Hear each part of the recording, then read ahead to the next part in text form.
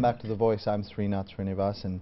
My next guest is Gautam Jain, who is an expert on Vedanta, the ancient Hindu philosophy. Welcome to our show, Gautam. Thank you, Shri. And tell us about Vedanta. What is it, and why is it important in this day and age to know this really ancient philosophy? Okay.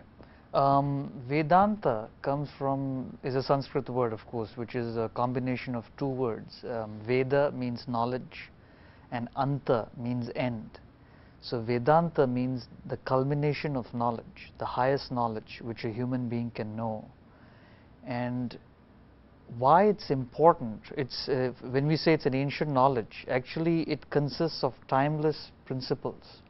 So it's called Sanatana Dharma traditionally, which means eternal principles that remain applicable as ancient times, now and in the future. They don't change. Right. See, just as there are physical principles which are eternal, for example, the law of gravity is an eternal physical principle, there are certain mental, spiritual principles of living that are eternal. They remain the same through the ages. So give me an example. See, an example would be stress, for example. Like you're saying, why is it applicable to today's world?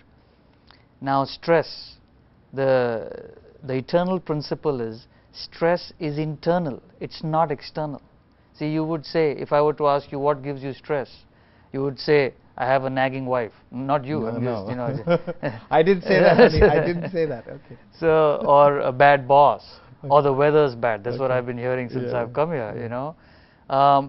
But the truth is, it is not the external factor, but how you relate to it. I'll give you an example. One person takes a cigarette and smokes. He says it gives him pleasure. Another person sitting next to this person says, I can't stand it. Take it away. Now, the cigarette being the same is a source of pleasure to one and sorrow to another. So it's not the cigarette which is inherently sorrowful or pleasurable. It's your mind's relationship. Okay. So this is one eternal principle that you have to learn how to relate to the world. This was true earlier on, it's true today. Everybody has a mind. Well, did they have stress in the ancient world? Yeah, absolutely. They did? See, when Arjuna went to fight the war of the Mahabharata, he was stressed. He was completely in neurosis. He couldn't face the prospect of fighting his own kinsman. So the whole text was given as a message, how to handle these challenges in life. See, what's happening, Shri, is we are brought up in good universities, everyone's taught all this knowledge, they have degrees, but nobody is really taught how to handle their lives. So when the challenges come up through life, we succumb, and that's where stress and strain, worries and anxieties have become so much a part of living, where they don't have to be. So what is it? Give me a practical example. So you say stress is internal. You're saying it's not my fault. I mean, you're saying it is sort of my fault. You're saying it's not my boss, my family, the kids, my job. So let's talk about in a practical sense what I can do through Vedanta to improve or reduce the stress in my life as a working professional in the United States. Yeah. Okay, see, first thing we have to analyze is where is the source. Like I said, it's internal. Now, your physical body is just an organ. It's a vehicle which takes your personality from place to place. Like right now, our transaction is between not our physical bodies, but what's within, which is the mind and the intellect. These are the two fundamental terms one needs to understand. Now, the mind is just emotion, feelings, likes and dislikes. The intellect, as different from your mind, is your capacity to reason and analyze. Now, what Vedanta, in fact all philosophy, Selden, the great philosopher, once said, philosophy is nothing but discretion. All philosophy, all Vedanta is talking about is this play between the mind and intellect. Now, a diabetic craves for a sweet, his mind craves for it. His intellect is not able to control it. He may be a very intelligent person, that has nothing to do with it, but he doesn't have the power to govern his mind. So what Vedanta does practically is provides you the information, the knowledge necessary to strengthen your intellect. And once you have a strong intellect, your mind cannot disturb you. It remains under control. And then the body responds to The that? body responds automatically. So, okay, again, to be very practical, somebody comes to you and says, I'm really stressed, I've got this really heavy job and my kids, I can't pay the bills. What do you say to them? Okay, again, being more practical now, this thing I just talked about, developing the intellect, is a long-term process. It's not a short-term thing. I understand, but I'm having problems paying my bills. Yeah, I know. I'm coming to that. Okay. I'm explaining the true levels, how one has to look at it. See, even the, all this I just read in the paper as well. Recently, we've been reading about these corporate scandals. Now, I would ask the people who are in charge of how this education is run. Now, these people are from big universities. They're finding themselves in jail. Why is it? It is because the mind craves.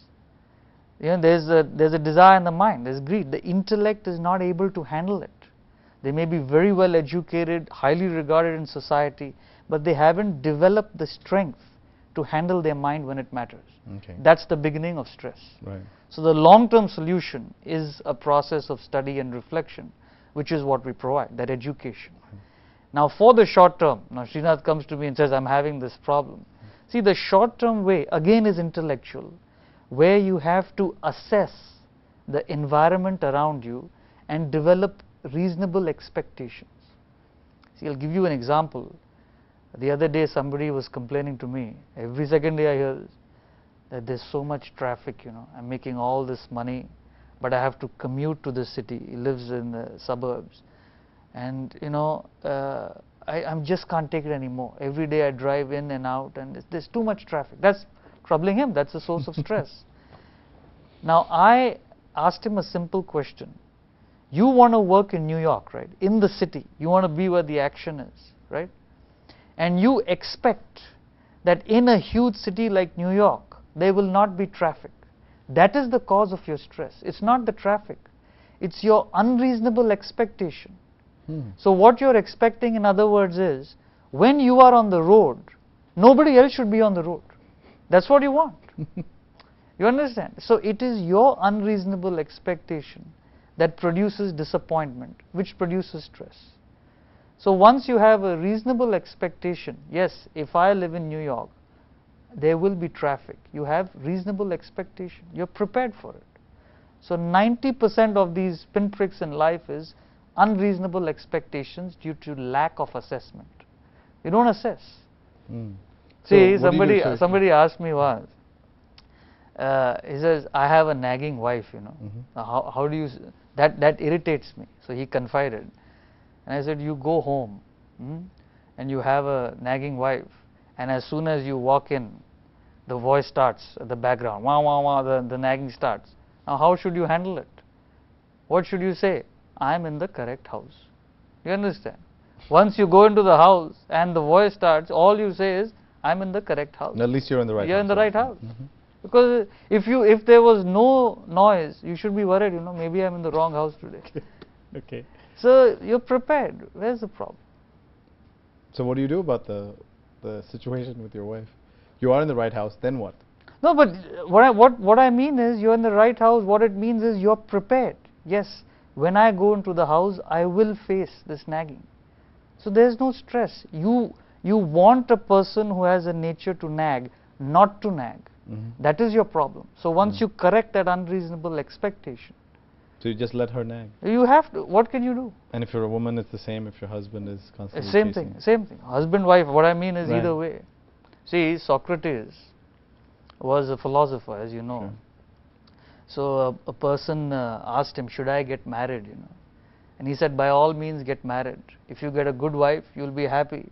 If you get a bad one, you'll be a philosopher like me. You understand? Where's the problem? All right, well, let's take a break here. When we come back, we'll continue our conversation with Gautam Jain, an expert on Vedanta, and he'll also tell us the story of how someone who was studied and was not a philosopher from an American university had opportunities to work on Wall Street, how he changed his life, went back to India, and became an expert, and is now here teaching in the United States. Please stay tuned.